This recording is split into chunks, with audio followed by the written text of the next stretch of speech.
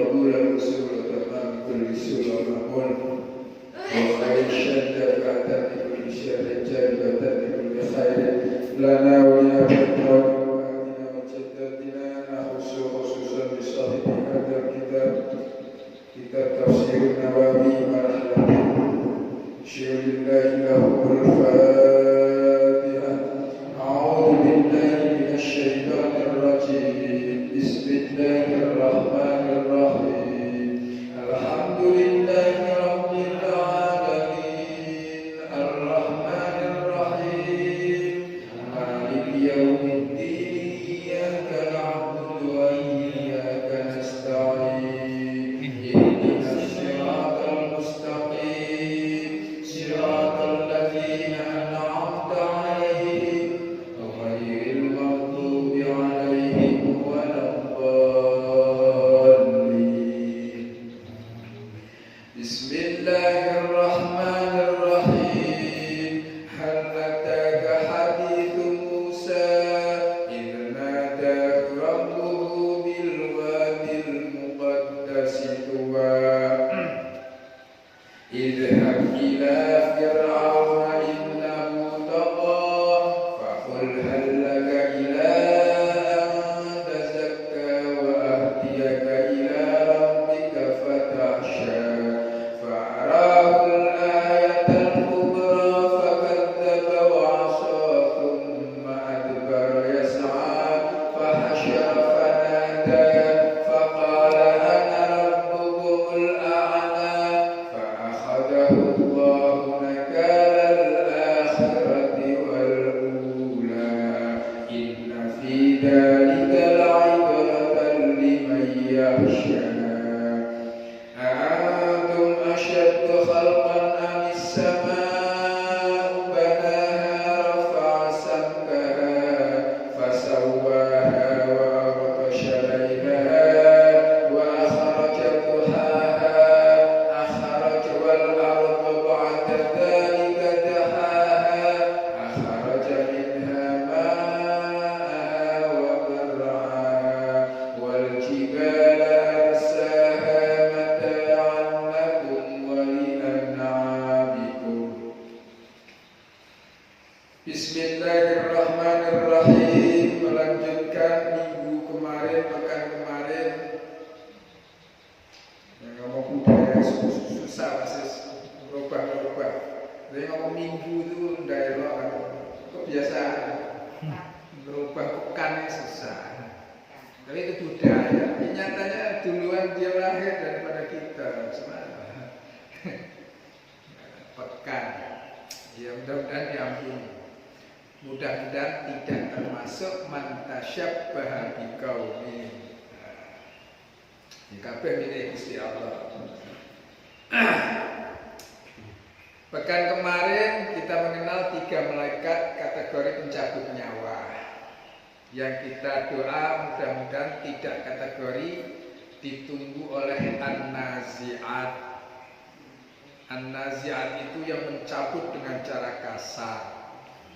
Mending an-nasyitat mencabut dengan cara halus. Lebih elok lagi as-sabihat, mencabut sesuai dengan kehendak kita. Itu kelasnya Nabi.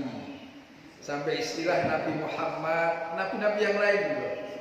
Ketika jatuh tempo waktunya wafat, perintahnya dari Allah kepada malaikat, sana cabutlah nyawa Nabi Muhammad misalnya, cabutlah nyawa Muhammad, tapi tanya dulu mau atau tidak.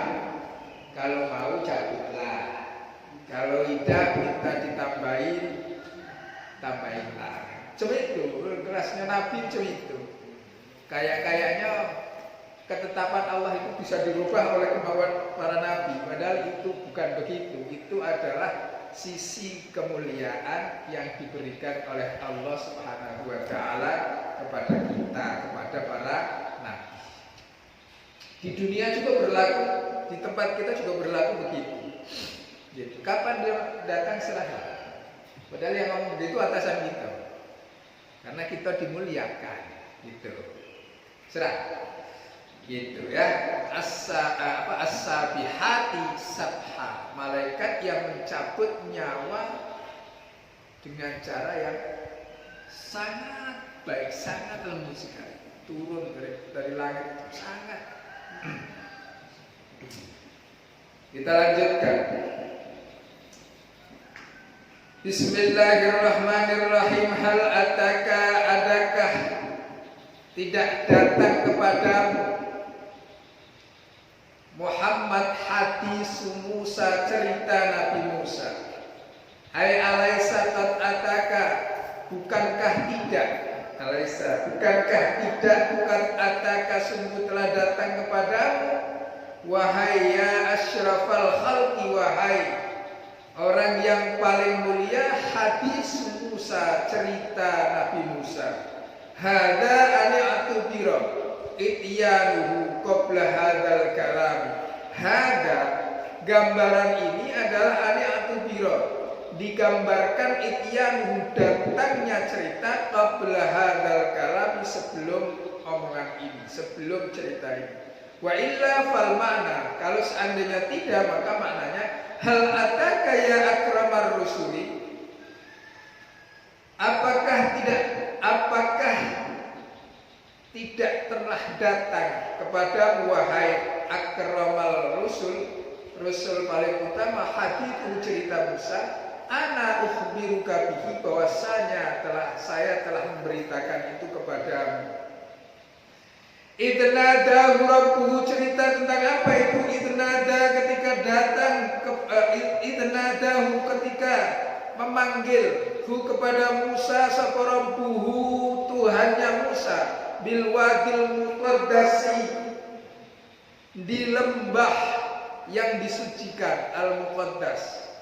Lafaz al muqaddas dzarfun lil hadisi, tua, namanya lembah tua. Wa huwa ismu wadil bisyam, yaitu nama lembah di daerah Syam. Wa huwa indaturi, yaitu di samping Tursina, baina Ilatin wa Misra, di antara kota Ilah dan Mesir.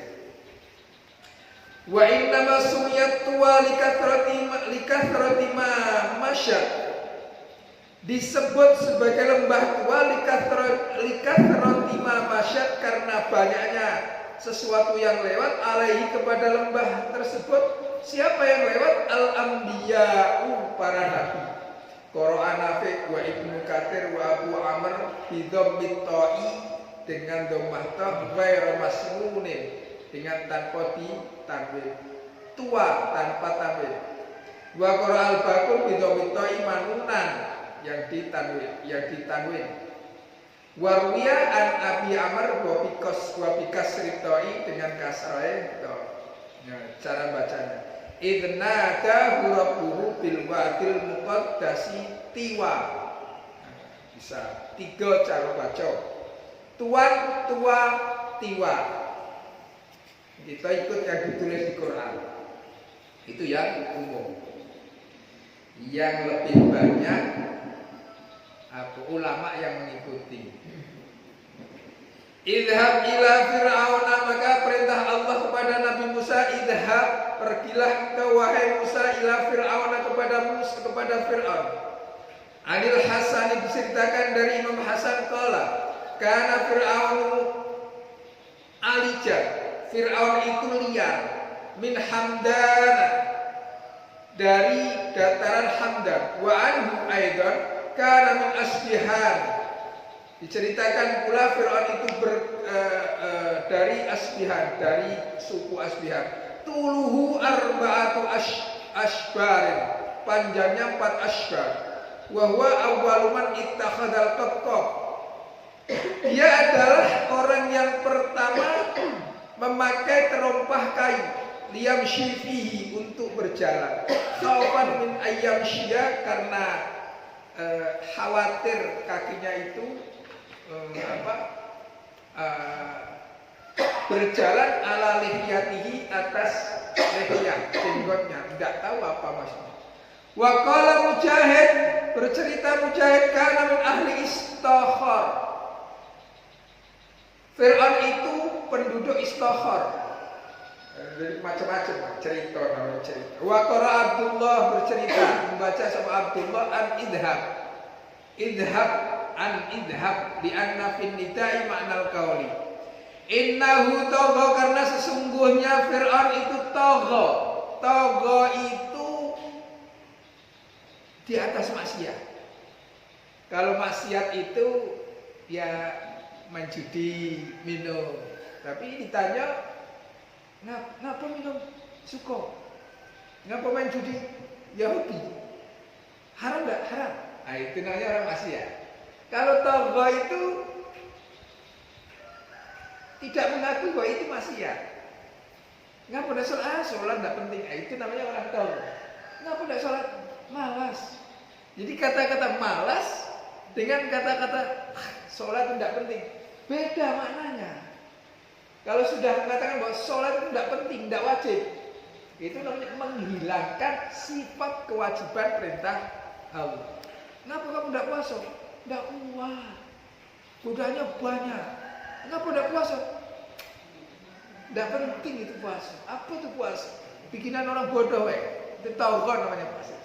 Tapi kalau maksiat, ya tidak mengerjakan tapi tahu bahwa itu dosa. Gitu, tidak mengerjakannya atau mengerjakan maksiat, mengerjakan sesuatu yang dilarang, tapi yang mengakui bahwa itu larangan dari Allah. Itu jauh lebih mending kalau orang maksiat biasa fasik. Tapi kalau sudah togo itu mengiklankan sesuatu yang harusnya dikerjakan sebagai sesuatu yang bukan kewajiban, atau mengerjakan kemaksiatan sebagai sesuatu yang bukan maksiat. Gitu. Itu. Fa innahu tagha karena sesungguhnya Fir'aun itu tagha.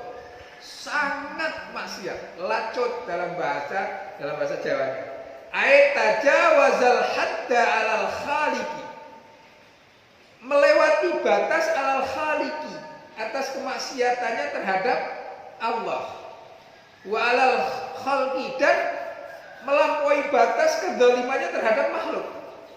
Fakafara billahi maka dia kufur kepada Allah, wa takabbara dan sombong ala Bani Israila kepada Bani Israel.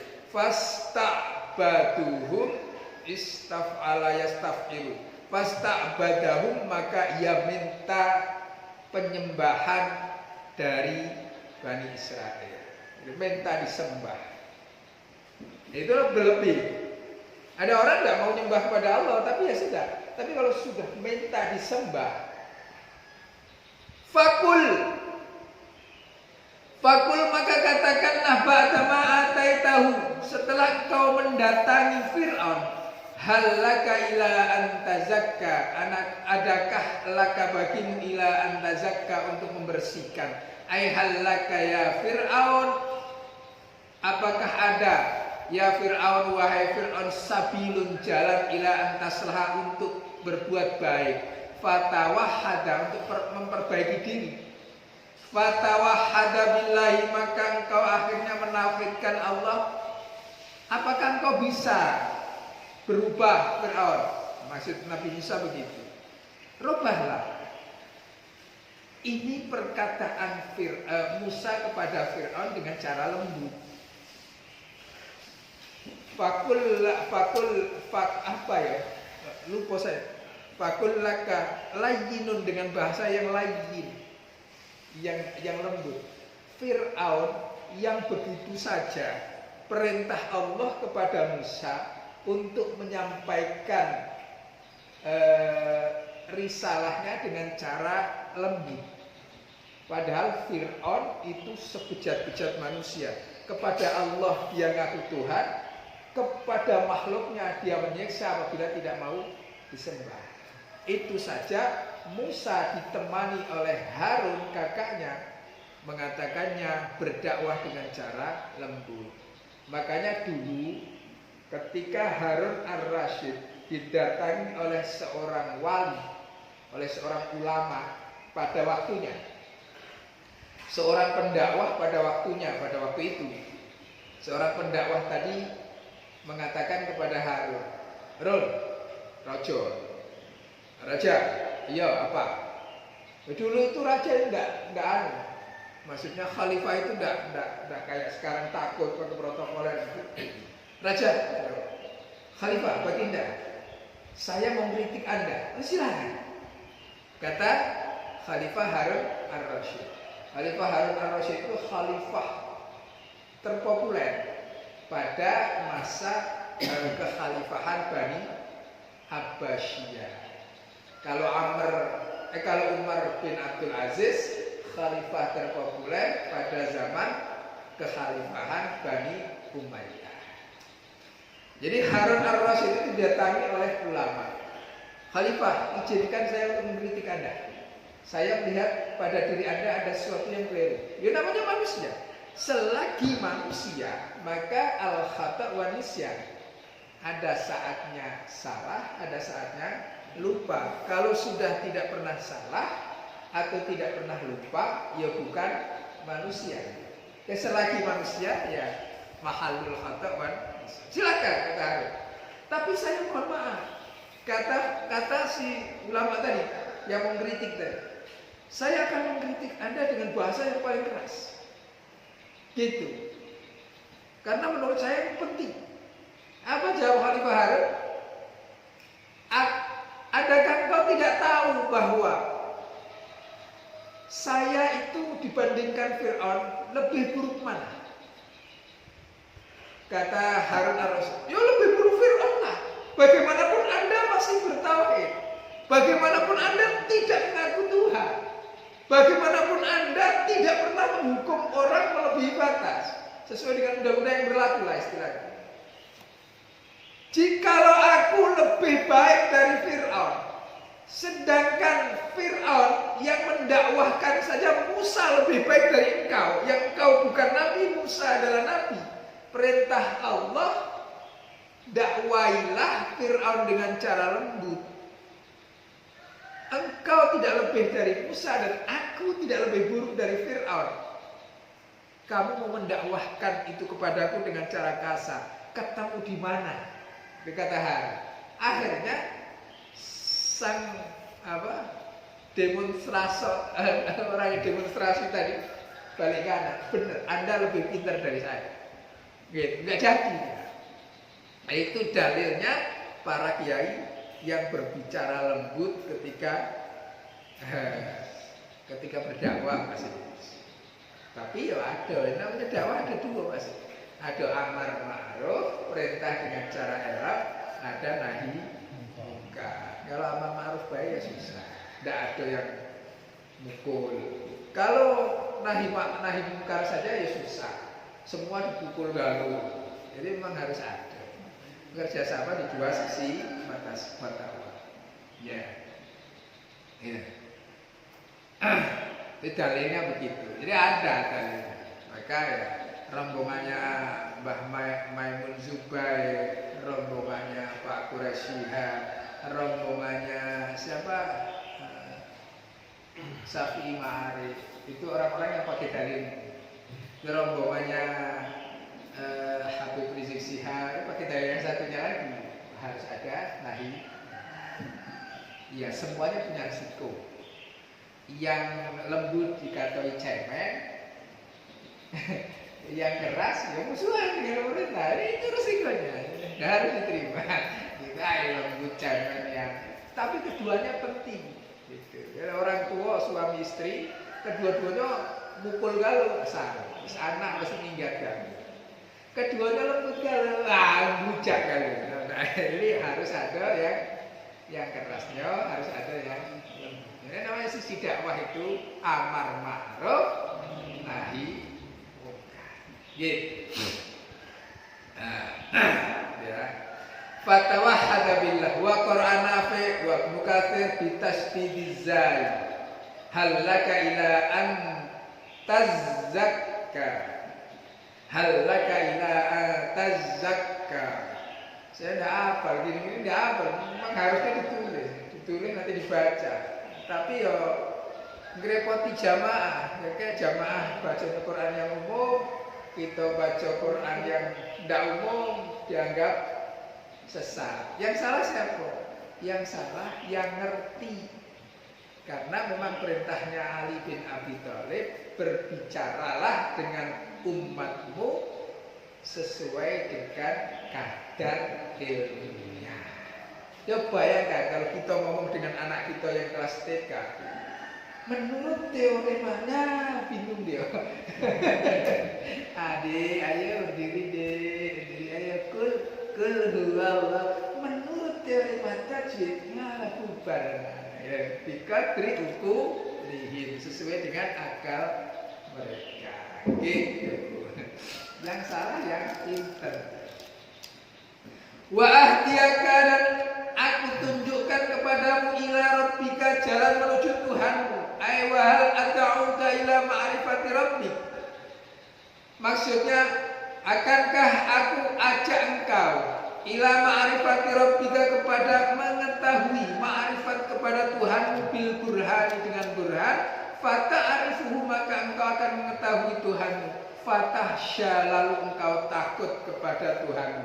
Fa innal khasyata, karena sungguhnya takut la takunu illa bil ma'rifati, tidak akan datang kecuali dengan jalan ma'rifat. Man arafa nafsah arafa rabbah. Faman khasyallah, barang siapa yang khawatir takut kepada Allah, ata minhu kullu khairin, maka datang darinya kullu khairin, segala kebaikan. Wa man amina, barang siapa yang merasa aman dari Allah, ijtaro'a, maka ia berani ala kulli syai'in, untuk melakukan perbuatan-perbuatan yang buruk. Gitu. Maka yang dikejar ada sisinya, terakhir adalah ma'rifat. Kalau orang sudah kelasnya ma'rifat, tidak tahu pasti sudah ma'rifat. Bagaimana caranya ma'rifat? Rumus awalnya, rumusnya paling mudah tapi susah dilakoni. Gitu. Man arafa nafsah arafa rabbah. Barang siapa yang mengenal dirinya, maka dia akan mengenal Tuhannya. Jadi sebetulnya mudah kan caranya? Untuk kenal Tuhan, kenalilah dirimu. Ternyata susah. Coba dari panca indera kita, mulai dari mata. Mulai dari apalah bedanya mata setiap manusia? Kok ya bisa loh. Umur 40 tahun mulai plus setengah. Mulai itu umur 42 mulai plus 1 atau 0,75. Umur 45 kok yo, tapi kok yo tidak ada rumusnya. Kadang ada orang yang umur 50 tak pernah plus yang Thailand. Dia baca terus. Secara logika, kalau rusaknya mata itu akibat banyak baca, itu mata saya lebih cepat rusak daripada istri saya, karena saya banyak baca. Tapi untuk kategori baca, saya lebih baik daripada istri saya. Masih bisa baca HP, tidak pakai kacamata maksudnya. Ya baca dari dulu bisa. Berkacamata masih bisa. Gitu pasti. Hitungan plusnya kacamata kalau dites tinggi saya. Tapi kok ya bisa baca. Ini saya terbaca nih, cuma dia berbaris. Itu dari situ saja kita sudah tidak mengenal mata kita. Kalau kita berkuasa atas mata kita, ya kuasai pases. Bola mata kanan suruh ke kiri, bola mata kanan kiri suruh ke kanan. Bisa enggak? Katanya kita berkuasa atas mata kita. Sikok lempar ke sana, sikok lempar ke sini. Tidak bisa, karena ternyata di situ ada kuasa Allah. Tidak bisa, Lis. Aja sombong. Itu enggak merubah lah. Ayo. Siapa bisa nyium sikut ede? Ayo. Nyium bareng. Siapa? Sak jaduk-jaduknya mau. Mereka kan bisa. Gampang lagi lah. Siapa bisa beol tanpa pipis? Tanda tangan Mas. Kalau bisa, nurut saya. bisa baru mikir baru mikir siapa bisa beol tanpa pipis. Pasti pipis. Itu ternyata rumus itu sederhana, tapi tidak sederhana. Kita tidak akan pernah bisa mengenal diri kita dengan baik. Gitu. Artinya apa? Semakrifat-makrifat kita tentang Allah, ya tidak bisa mengenal Allah dengan secara keseluruhan. Bahwa kita mengenal diri kita saja tidak utuh dan tidak sempurna. Gitu. Ya sebatas itu. Kita mengenal kekuatan kita mengenal kelemahan kita mengenal. Rumus itu sederhana tapi ya tidak sederhana. Gitu. Man arafa nafsa arafa rabbah. Kalau ingin kenal Tuhan, kenali dirimu dengan cara baik, dengan cara terbaik. Apa yang didengar telinga kanan, tolong telinga kiri jangan dengar. Bisa? Kalau bisa pasti kopokan. Telinga satunya rusak. Kalau sama-sama benar pasti dengar, Pak. Sedekah terbaik adalah sedekah yang tangan kanan memberi, tangan kiri tidak nengok. Tidak bisa. Karena sedekah kita tetap ini nengok ini. Sembunyikan itu. Maksudnya ya sesedikit-sedikitnya, jangan dikasih tahu ke dari hamba Allah ditujukan kepada ini tulisan secari kertas itu. Amal jariah dari hamba Allah, pahalanya ditujukan oleh Kiai Haji Muntasar. Ya tahulah kan ibu. Orang itu hamba Allah gitu loh. Sudah gitu ikut loh. Aku tuh semoga karo. Ada ya ikhlasnya di sini ya. Ya ikhlasnya di sini bukan karena tidak diceritakan atau bukan karena tidak disampaikan. Gitu. Ya, makrifat mengetahui. Beda dengan alim. Kalau alim itu i'lan itu kasat mata. Alaniyah itu kasat mata, nengok. Hari ini saya nengok Pak Lazir. Itu alaniyah, kasat mata. Kalau alim mengetahui bisa jadi tidak kelihatan, tapi secara rasional. Kalau alim. Tapi kalau sudah ma'rifat itu mengetahui kedalaman jiwa. Gitu, kedalaman jiwa. Saya nengok. Bu Wardah di sini. Tahu isi kamar Bu Wardah. Iya kan? Itu namanya ma'rifat. Menghadapnya mana, sisi mana, catnya yang sudah belang di mana, di bawah kasur ada apa. Padahal ditutupi macam-macam. Yang tahu Bu Wardah. Dompet ada berapa, ditaruh di mana, posisinya kemana. Gitu, itu namanya ma'rifat. Gitu. Kalau alim, saya tahu tentang rumah Bu Wardah. Nah, tahu? Oh, rumah Bu Wardah di situ, berhadapan dengan rumah Bu Tasor. Catnya ini. Tapi kedalamannya tak tahu saya. Kalau alamiah saya harus tengok. Nengok itu. Gitu. Itu ma'rifat. Saya kalau cerita dengan anak-anak, kalau belajar ilmu kalam begitu. Yo, siapa yang rumahnya gini? Tahu posisi rumah kamu? Tahu. Tahu di dalamnya tahu. Kamar kamu sebelah mana? Tahu. Jumlah kamar kamu di rumah ada berapa? Tahu. Bisa ceritakan? Itu nama ma'rifat. Tapi kawan kamu alim, berilmu tentang rumah. Belum sampai ma'rifat. Gitu. Nah, kalau pengumuman itu iklan, alaniyah, fisirri wal alaniyah. Farahul ayatul kubra farahu, maka ia tunjukkan, Fir'aun menunjukkan kepada Musa al-ayatul kubra. Farahu, maka Musa menunjukkan kepada Fir'aun al-ayat, tanda-tanda kekuasaan Allah al-kubra yang besar. Ay fadhaba Musa ila Fir'aun farahu qalbal asa hayatan. Farahu, maka Musa menunjukkan kepada Fir'aun qalbal asa, perubahan tongkat hayatan sebagai ular. Nah, kan dikumpulkan apa? Para ahli-ahli sihir.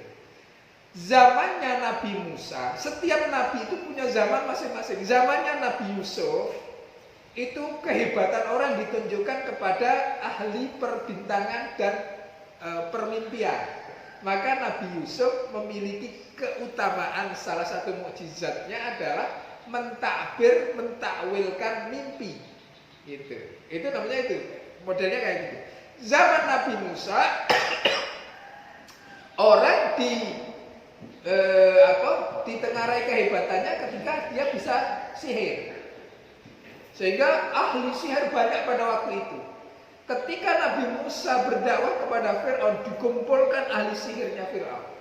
Ketika dikumpulkan, maka mereka semua disuruh oleh Fir'aun untuk menyihir segala sesuatu untuk jadi ular. Nah, ketika Nabi Musa berdakwah kepada Fir'aun, maka ditantang, coba kamu punya apa? Kalau kamu bertanda sebagai Nabi dan Rasul, maka perintah dari Allah kepada Musa, perintahnya dari Allah kepada Musa, lemparkan tongkatmu, maka akan jadi ular, dilemparkan. Parahu qalbal asa hayatan. Maka Musa mempertunjukkan kepada Fir'aun tongkatnya yang dilempar berubah menjadi ular. Nah, ini bedanya mukjizatnya Nabi Muhammad dengan Nabi Isa. Di zamannya Nabi Isa itu zaman dimana pengobatan, sehingga mukjizat Nabi Isa itu pengobatan. Kenapa Nabi Isa dikasih mukjizat? Sekarang lagi viral, mukjizatnya Nabi Muhammad tidak kelihatan, mukjizatnya Nabi Musa, Nabi Isa, Nabi yang sebelum-sebelumnya kelihatan. Memang betul, mukjizat Nabi-Nabi selain Nabi Muhammad itu hissi, kelihatan secara panca indera. Tongkat kelihatan, gitu ya. Pengobatan kelihatan, dipegang sembuh. Orang kurapan dipendang sembuh, orang mata buta dipegang sembuh. Itu ahli pengobatan Nabi Isa. Gitu. Nah, Nabi Muhammad zamannya bukan itu. Tidak zaman pengobatan. Nabi Muhammad bisa mengobati. Tapi karena zaman Nabi Muhammad pengobatan tidak utama, maka tidak tampak. Ada mukjizatnya ketika Nabi Muhammad harus mengobati sahabatnya yang sakit. Ketika hijrah, Nabi Muhammad kan capek ketiduran di gua Hira itu, di pangkuannya siapa? Abu Bakar As-Siddiq. Ketika lagi tidur enak karena kecapeannya, kala jengking ngentuk kakinya Abu Bakar. Tapi Abu Bakar demi agar tidak terbangunnya Nabi Muhammad, maka ditahan sakitnya. Bukan tidak sakit, tapi ditahan rasa sakitnya. Kenapa itu bisa menahan sakit segitunya? Karena cintanya kepada Nabi Muhammad melebihi rasa sakit tadi. Sama ibu-ibu kalau melahirkan anak, sakit enggak? Kok tahan? Karena cintanya kepada anak yang akan dilahirkan lebih besar daripada itu. Bukan enggak sakit, tenangan sakit itu. Tapi karena cintanya gitu. Begitu brol hilang sakit. Oh, begitu brol hilang, enggak hilang itu sakitnya, kalah oleh senengnya.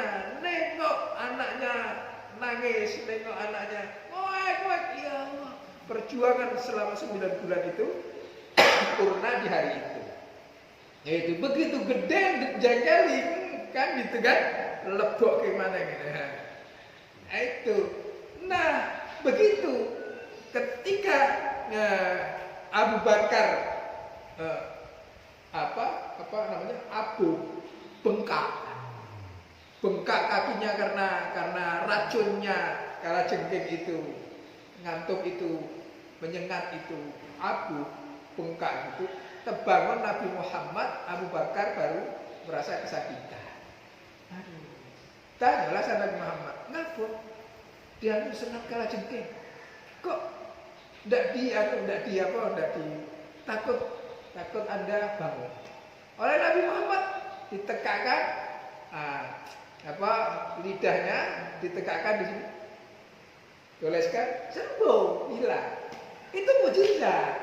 Tapi kenapa tidak muncul yang demikian? Karena zaman Nabi Muhammad bukan zaman pengobatan, sehingga tidak istimewa pada zaman itu. Pengobatan tidak istimewa. Yang istimewa di zaman Nabi Muhammad adalah syair. Setiap manusia pada hari Senin Pon, Pon Kliwon adanya di Jawa, Indonesia. Contohnya hari Senin Pon atau hari Ahad Kliwon, pasar Kito misalnya gitu. Sudah berlomba-lomba di situ jualan, tapi nanti juga berlomba-lomba bikin syair. Siapa yang syairnya paling memukau, 1 pekan pasar itu dia jadi raja. Dihormati orang, dianggap orang alim. Kayak kita itu salaman kemana-mana dicium. Apa gitu. 1 pekan itu. Kakek pekan depan, siapa lagi yang lomba-lomba syairnya paling hebat? Nah, di antara orang yang syairnya paling hebat itu Musailamah. Cerdas. Musailamah itu setiap kali turun wahyu, dia bikin basis. Setiap kali turun wahyu bikin. Keren. Cuman tidak terisi. Yang kita tahu kan cuman Alfil. Ternyata wal asri ada saingannya. Wal asri ada saingannya. Alfil ada saingannya. Nah itu. Ya Allah, Musailamah. Maka dia disebut Al-Kadzdzab, bukan dari zaman Abu Bakar saja dia disebut Al-Kadzdzab. Sejak zaman Nabi Muhammad dia disebut sebagai Al-Kadzdzab. Gitu. Suka bikin puisi, syair mengalahkan Nabi Muhammad, untuk mengalahkan Al-Qur'an. Gitu. Apa bedanya mukjizat para nabi terdahulu dengan Al-Qur'an? Bedanya, mukjizat para nabi terdahulu itu hanya bisa digunakan oleh nabi tersebut dan saat diperintah oleh Allah. Tongkatnya Nabi Musa, walaupun dipegang oleh Nabi Musa, ketika perintah Allah tidak ada, maka tidak bisa. Misalnya itu tadi, ketika pasukan atau para penyihirnya Fir'aun sudah kumpul semuanya mengeluarkan ajimatnya menjadi ular, itu awalnya Nabi Musa itu kebingungan. Loh, gimana Allah? Mereka semua mengeluarkan ajiannya sehingga penuh ruangan itu dengan ular yang dibikin oleh Fir'aun dan kawan-kawannya. Nabi Musa bingung. Datanglah perintah Allah kepada Musa, Musa, lemparkan tongkatmu, maka akan jadi ular. Nah, tongkat itu menjadi mukjizat tadi saat dipegang oleh Musa dan saat dilemparkan oleh Musa dan saatnya Allah perintah. Kalau Allah belum perintah, tidak bisa. Dikejar sama Fir'aun, lari Nabi Musa, sampailah ke tepi laut. Laut Merah, sampai ke tepi laut. Bingung. Di belakangnya Fir'aun dan para pasukannya, di depan laut. Bani Israel yang mengawali Nabi Musa, menyalahkan Nabi Musa. Kamu ini gimana? Nabi tidak jelas. Bawa kita tidak pakai teorema. Karena Nabi itu tidak pakai teorema, Bu. Yang pakai teorema itu mito. Pakai macam-macam. Kalau Nabi tidak pakai teorema, ciri Nabi itu wahyu. Tunggu wahyu, itu tidak ada teorema, tunggu wahyu. Serah. Kalau Nabi Muhammad disuruh perang, perang. Yang punya teori Salman Al-Farisi. Makanya muncul teori Salman Al-Farisi. Ya Rasul, kata Salman, kamu punya teori apa enggak? Enggak. Tidak ada wahyu, enggak. Kalau tidak ada wahyu, aku usul. Gitu Salman Al-Farisi. Tapi kalau ada wahyu, aku ikut. Tidak ada. Oh, kita bikin Honda, bikin parit, bikin macam-macam begitu. Nah, Nabi Musa pun demikian. Begitu kejebak, kayak anjing dikejar orang, ketemu dinding, depan lautan, belakang Fir'aun, kejebak. bingung. Apa Bani Israel pada nyalakan, bingung dia. Gimana ya Allah? Idrib bi'asakal bah. Pukulkanlah tongkatmu ke lautan tadi. Baru menjadi mukjizat. Setelah dipukul baru jadi mukjizat. Maka membelah. Ketika jalan kehausan, Bani Israel minta minum. Maka Nabi Musa munajat kepada Allah. Ya Allah, gimana ini? Maka idrib bi'asakal hajar. Pukulkanlah tongkatmu ke batu yang ada di depan kamu itu. Dipukul. Jadi tidak kok setiap kali ada apa-apa Nabi Musa terus mukulkan tongkatnya. Tidak, Pak Sis. Itu tongkat Nabi Musa sekarang katanya masih. Katanya di Turki ya. Di museum. Coba curi, Pak Sis. Setelah dicuri, terserah digunakan. Tidak bisa. Itu tongkat biasa. Seperti tongkat kita yang punya. Jadi tongkat itu bisa menjadi mukjizat ketika di tangan Nabi Musa dan ketika diperintah oleh Allah. Kalau Allah tidak perintah, tidak jadi. Beda dengan Al-Quran. Kita tidak kenal Nabi Muhammad. Cocok bukan. Cicit bukan. Nabi Muhammad bukan orang Batak. Ya. Tapi kita bisa memanfaatkan Al-Quran untuk jadi mukjizat. Tidak perlu kenal Nabi Muhammad. Gitu, itu bedanya di situ. Ketika Quran kita baca dengan cara yang terbaik, kita munajat kepada Allah, maka jadi mukjizat. Mau jadi apa ya? Syifaan, mau jadi obat, jadi obat. Hudan, jadi hidayah. Rahmah, jadi rahmah, penenang jiwa. Gitu, itu bedanya di situ. Coba, jangankan untuk kepada orang yang percaya kepada Al-Quran. Kepada orang yang tidak percaya kepada Al-Quran saja, Al-Quran bisa jadi mukjizat. Gitu. Orang yang berobat bekam, berobat bekam itu dari Al-Quran. Alaikum bil hijabah, kata Nabi. Kamu bebekam, karena di antara darah itu ada darah kotor. Akibat makanan kita, ambil. Kalau akibat pikiran tidak bisa. Pikiran kotor bersihkan dengan cara taubat. Kalau akibat makanan itu Pak Sis. Kalau Pak Sis sakitnya karena pikiran kotor, jangan bekam, taubat. Kalau yang bekam itu akibat makanan tadi, kolesterolnya tinggi dan sebagainya, bekam. Itu bekam itu tidak hanya untuk orang Islam. Mbok non Muslim kalau datang, tidak ada orang tukang bekam kok ditanya, kamu Islam tidak? Tidak. Bekam. Oke, bekam itu kelihatan. Sekarang ruqyah. Orang kesurupan. Yang kesurupan, ruqyah. Mau diruqyah? Tidak ada yang tukang ruqyah itu nanya Islam tidak. Kalau tidak Islam tidak bisa. Ada. Langsung bacakan Quran, insya Allah. Padahal dia tahu tidak, percaya tidak.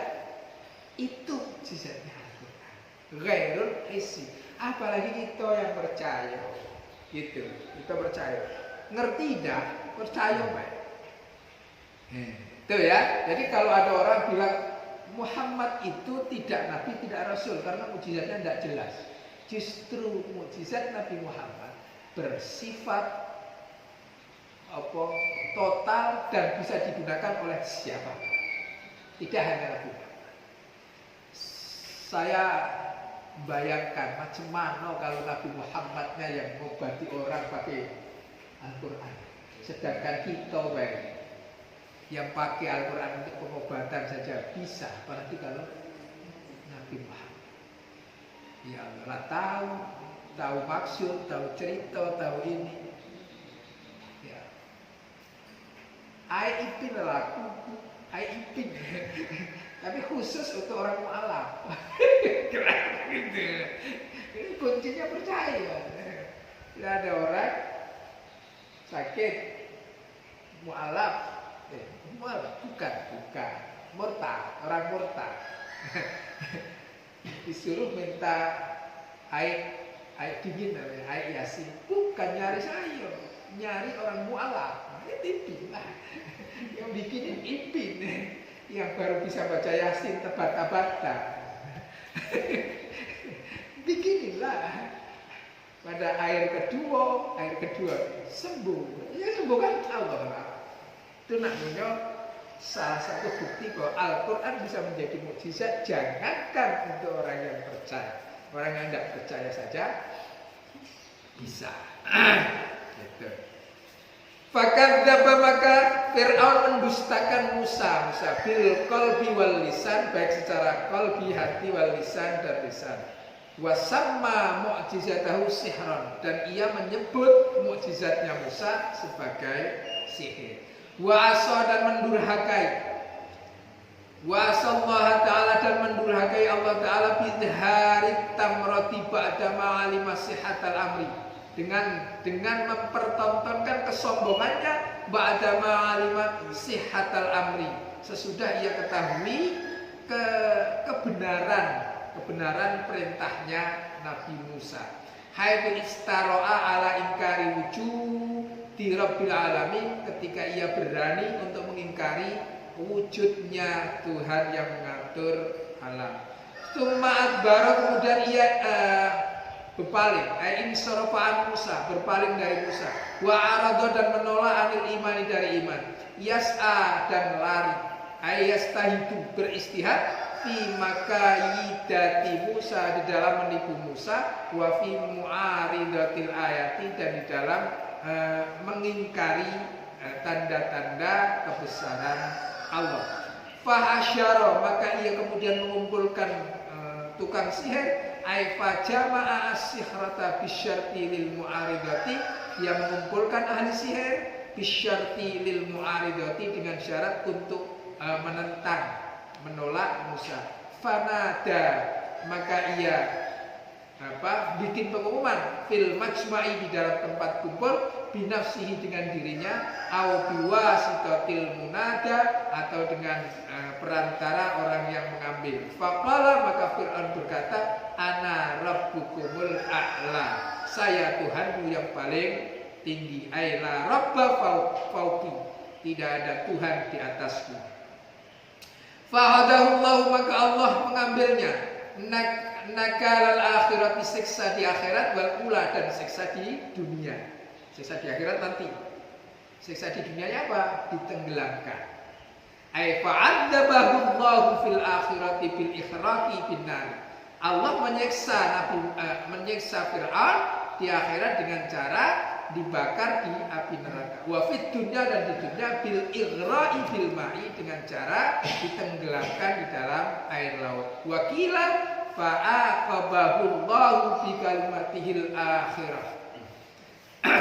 Maka Allah, atau dikatakan tafsirannya fa'aqabahu, maka Allah menyiksa Fir'aun bi kalimatihi, dengan kalimatnya Fir'aun al-akhirati, yang akhir. Wa hiya qauluhu ana rabbukumul a'la. Wa bi kalimatihi ula, dan dengan kalimat yang pertama, wa hiya qauluhu ma alimtu lakum min ilahin ghairi, saya tidak tahu bagimu Tuhan selain aku. Wa kana bainahuma arba'una sanatan.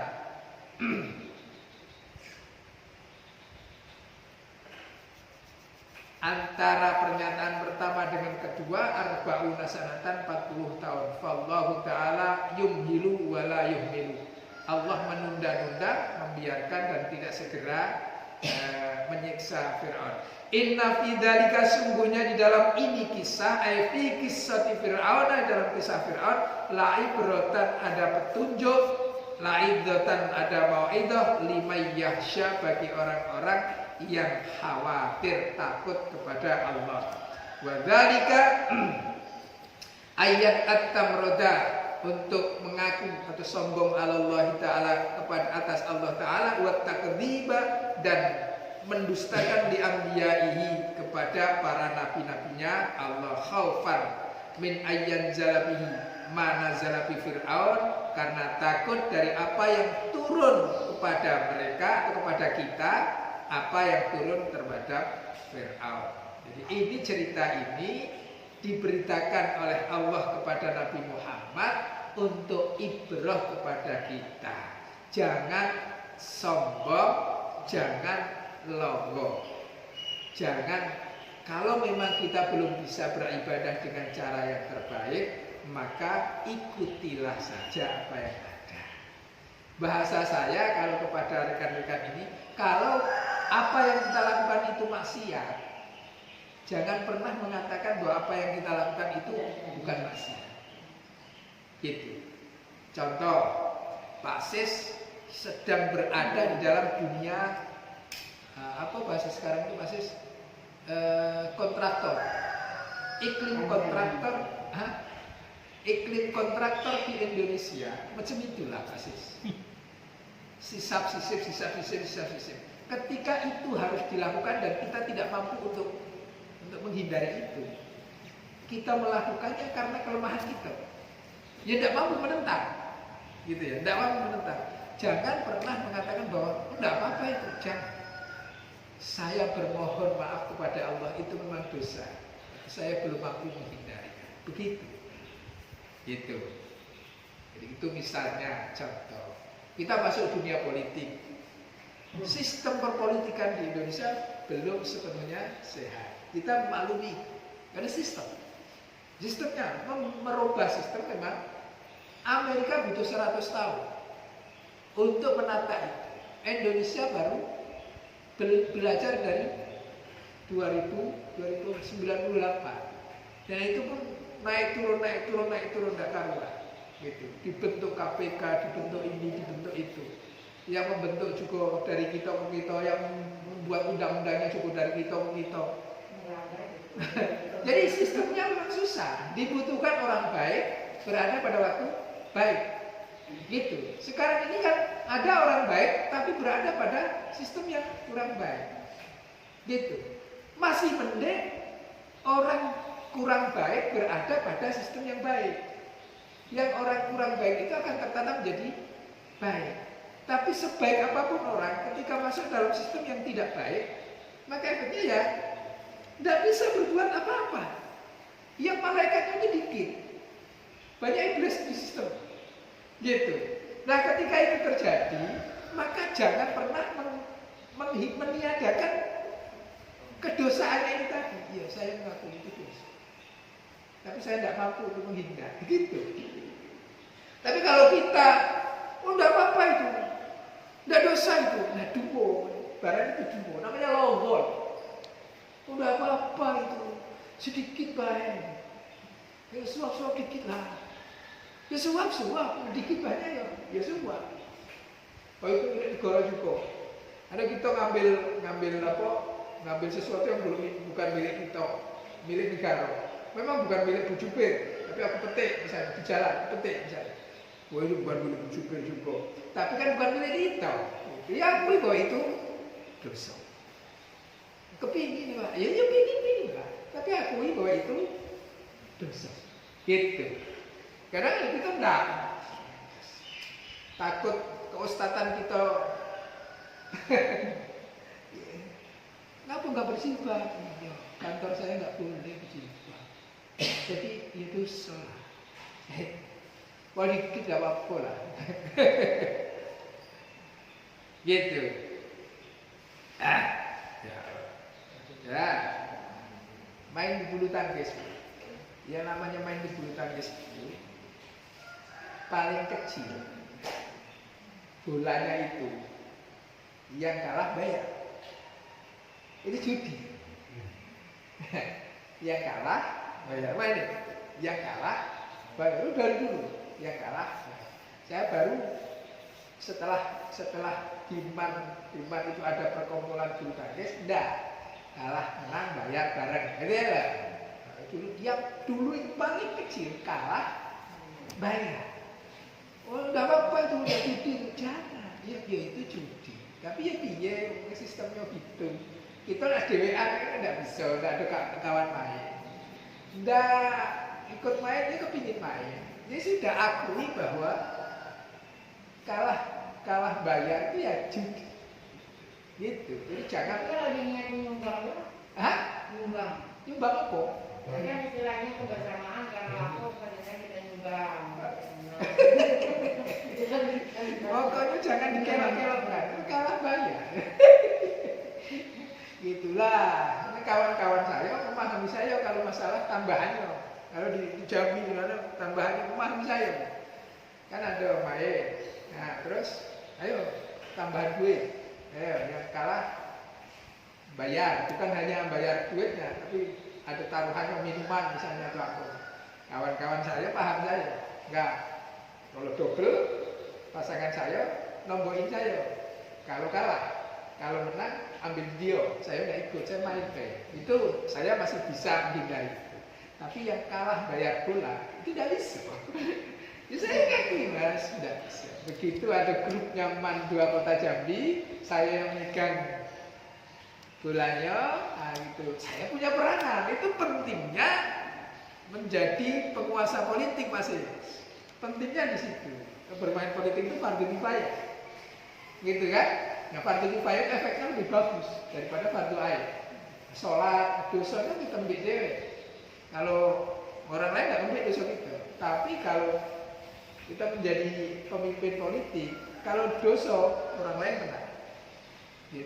Gitu. Saya misalnya daftar ini Pak Sis daftar, Ipin daftar. Ipin tukang judi, Pak Sis tukang sholat. Ternyata yang menang Ipin. Nah sudah kampung ini jadi bandar judi Indra. Gitu Pin. Yang kena galau-galau. Itu namanya fardu kifayah. Kalau dosa benar.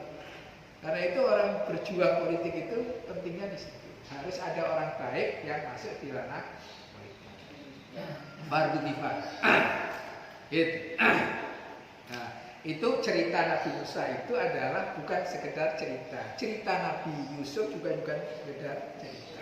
Semua cerita yang diberikan oleh Allah di dalam Al-Quran ibrah, agar kita bisa memetik manfaat dari cerita itu, agar kita tidak mengulang cerita yang sama, atau kita mengulang cerita yang sama jikalau baik, meniadakan cerita yang sama jikalau buruk. Gitu. Inna fi dzalika qissati Fir'aun, kisahnya Fir'aun la ibratal liman yakhsha. Sebagai ibrah bagi orang yang khasyi itu khawatir kepada Allah Subhanahu wa taala. Jadi harapannya makanya Nabi Muhammad dari awal selalu ada kisah Nabi Ibrahim, kisah Nabi, dimulai dari kisah Nabi Adam.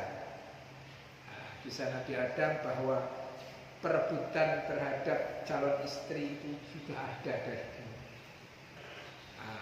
Nanti akan ada ibrah berikutnya. Akan ada ibrah berikutnya terus. Kemudian Nabi siapa? Berikutnya Nabi Idris enggak ya? Tidak ada ceritanya yang terlalu membahana. Dan siapa yang perahu banjir? Nabi Nuh, mulai cerita perisalah yang pertama. Nabi Nuh, Soleh, Hud, Ibrahim, terus ada ceritanya dari kisah-kisah para nabi. Alhamdulillah. Itu fungsinya bukan sekedar kita tahu cerita, tapi ibrah bagi kita agar kita tidak mengulang cerita yang buruk atau kita mengulang cerita yang baik. Kita bisa mencontoh cerita yang baik, kita meninggalkan cerita yang buruk. Gitu.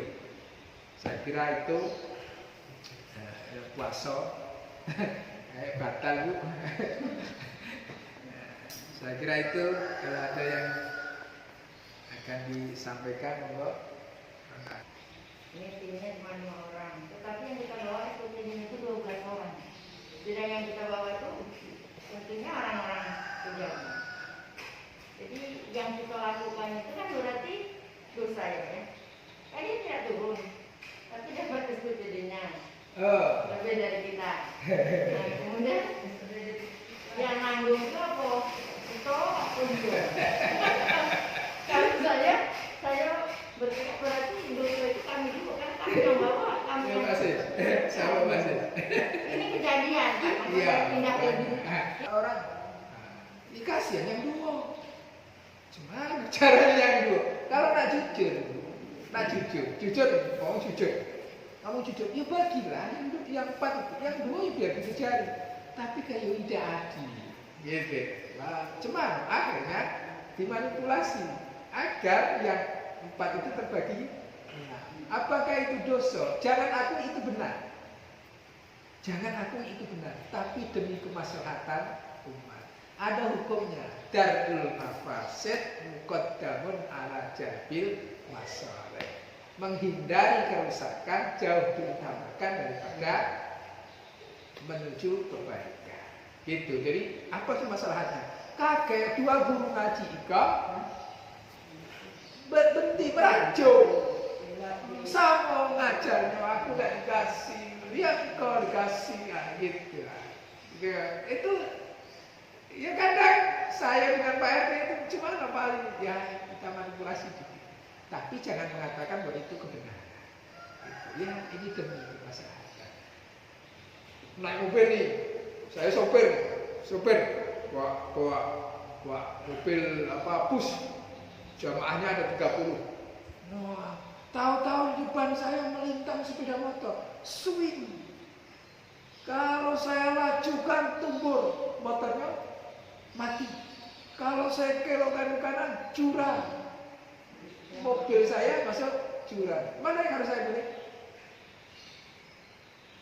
Saya lajukan. Harus saya lajukan. Tak, dosa enggak, jangan bilang enggak dosa. Itu dosa. Jangan bilang enggak dosa. Tapi dari 2 pilihan itu, madarat yang paling kecil adalah mundur 1 orang tadi daripada kelokan ke kanan 30. Gitu. Iya, Gitu kasusnya. Jadi tapi jangan bilang, oh enggak dosa. Bukan itu tetap dosa, tapi memilih 2 pilihan yang beratnya darul mafasid muqaddamun ala jalbil masalih. Gitu. Gitu ya itu. Ya kita sama-sama mohon maaf ya, ini situasinya begini. Itu tadi saya bilang orang baik berada pada sistem yang tidak baik. Itu kalau di kantor sering di kantor modern. Bapak kita sakit. Tidak, bapak kita sakit. Adanya di Pekalongan. Misalnya, contohnya, bapak kita sakit adanya di Pekalongan. Aku bukan wali yang sekarang macam bisa balik ke Pekalongan. Tidak. Betul? Maka laporlah ke pimpinan, Pak, bapak saya sakit, gimana Pak? Ya, saya bikinkan SKPD. Nanti Pak Ali berkunjung ke Man 1 Pekalongan. Nanyo-nanyo, itu kan diada-adakan. Padahal tidak ada. Kesana SKPD, foto-foto, nanyo-nanyo. Agar apa? Tunjangan sertifikasi tidak hilang. Masa gara-gara itu anak istri kita kehilangan, kan kalau saya kehilangan, anak istri kita kehilangan. Tapi jangan katakan bahwa itu benar. Bermohon kepada Allah, situasinya memang demikian. Kenapa pemerintah membuat demikian? Kalau tidak dibuat demikian, dibuat alasan manja. Oh, sakit bapaknya. Oh, apa? Jadi pekeluyuran. Ini sistemnya kayak gitu. Ya Allah, bermohon ya Allah, segitulah. saya kadang kasihan kepada kawan-kawan saya, bapaknya meninggal dunia. Ya, sebenarnya pembeban itu tertimpa dengan kita, memang kita yang melakukan itu. Iya, ya, sampaikan juga bareng-bareng ya. Ya bareng-bareng ya. Gitu. Saya sekarang dengan almarhum, saya pindah ke lapas saya ke dulu, saya bilang, aduh datang sambut jadi cuma sekian datang. Yang duduk di rumah lebih besar gitu, kayak gini. Yang jelas dosa lah. Itu tadi aku saja bahwa itu sebuah kedosaan. Tapi ya menginfak. Minta. Oh gitu. Ya definisinya meminta ya ngemis. Iya. Tahu nggak ngemis itu kenapa artinya apa kata itu menjadi kata-kata ngemis? Tahu nggak? Awalnya ada sejarah awalnya. Kata-kata itu muncul kenapa? Lafadznya mengemis, bukan minta. Karena dulunya di Jawa, kata-kata itu muncul dari Jawa. Banyak orang sedekah di Jawa itu nak ngambil barokah. Kalau orang Jawa itu kemis sore itu pada pergi ke kuburan. ziarah ke kuburan. Di kuburan itu nanti banyak orang yang meminta sedekah. Nah, itu sedekah di hari Kamis, meminta di hari Kamis namanya mengkemis. Akhirnya jadilah mengemis. Jadilah istilah. Mengemis kan. Padahal bukan kemis ini. Ngerebuh kamu. Selasa. Nah, awalnya itu aja. Senin kamu. Sekarang ini banyak di masjid Teho itu Jumat, ya sedih ya kayak begitu ya, jadi Jumat beras. Itu salah orangnya yang ngemis atau salahnya yang kaya itu tidak sedekah, tidak ngerti. Kadang kalau tidak diminta tidak keluar, jadi mintalah dia. Gitu. Jadi sebaik-baik orang al-yadul ulya khairun menjadi sebaik-baik orang itu ngasih. Gitu. Seburuk-buruk orang yang punya potensi tapi dia tidak mau berusaha. Rezeki terbaik adalah rezeki yang dihasilkan dari kedua tangan. Gitu. Sama-sama halal yang tidak dihasilkan dari kedua tangannya. Tidak. Jadi karena kamu kerja apapun terserah. Sebaik-baik orang itu yang rezekinya dari gitu. Kerja apa? Ya, saya lebih suka membeli koran daripada ngasih orang yang di jalan-jalan. Membeli koran itu konteksnya kan jual beli, tapi dengan cara saya membeli koran dia tidak jadi ngemis, tidak jadi minta-minta. Ini dia bisa bekerja dengan cara menjual koran. Gitu. Nah, yang keren lagi orang yang jualan koran itu tunanetra, kayak tongkat jualan koran. Ya berapapun dikasih duitnya sama pembeli, tidak bisa melihat. Cuman efek baiknya, tidak ada orang ngasih duit di bawah harga. 5.000 ya tidak dikembalikan. Orang tidak tahu ya, 5.000 harga koran 2.000. Gitu sih. Ya dia orangnya pun ya sudah, yang lain sedekah. Jadi kasihkan. Dikasih 1.000 tidak nolak. Orang tidak tahu duitnya berapa dikasihkan. Cuma rumusnya tak ada orang ngasih kebangetan. Terus ada, saya punya kiai namanya Pak Yai Imam Farok, Ketua Syuriah NU Kalimantan. Beliau kiai saya waktu di pondok senior. Jadi Pak Imam Farok Siratal ladzina an'amta 'alaihim A'udzu billahi minasyaitonir rajim. Bismillahirrahmanirrahim. Ya sayyidina Muhammad tibbil qulubi wa dawaiha wa afiyatil abdani wa syifaa'il ajma'in. Allahumma anta rabbuna la ilaha illa anta khalaqtana wa nahnu 'abduka wa nahnu 'ala ahdika wa 'adika mastata'na wa adkhilna bi rahmatika fi 'ibadika as-salihin. Ya Fattah ya Alim iftah lana bil Qur'anil Karim. Ya Fattah ya Alim iftah lana ilmal yaqin. Ya Fattah ya Alim iftah lana futuhal arifin. Allahumma ya muallima Adam wa Ibrahim allimna bima yanfa'una wanfa'na bima 'allamtana wahdina ila siratikal mustaqim. Rabbana atina min ladunka rahmah wa hayyi' lana min amrina rasyada. Rabbana atina fid dunya hasanah wa fil akhirati hasanah wa qina adzabannar wa adkhilna al-jannata ma'al abrar ya aziz ya ghaffar ya rabbal alamin. Wa sallallahu ala sayyidina Muhammadin nabiyil ummi wa ala alihi wa sahbihi wa baraka wa sallam. Walhamdulillahi rabbil alamin. Allahumma arhamna bil Qur'an waj'alhu lana imaman wa nuran wa hudan wa rahmah. Allahumma dhakkirna minhu ma nasina wa 'allimna minhu ma jahilna warzuqna tilawatahu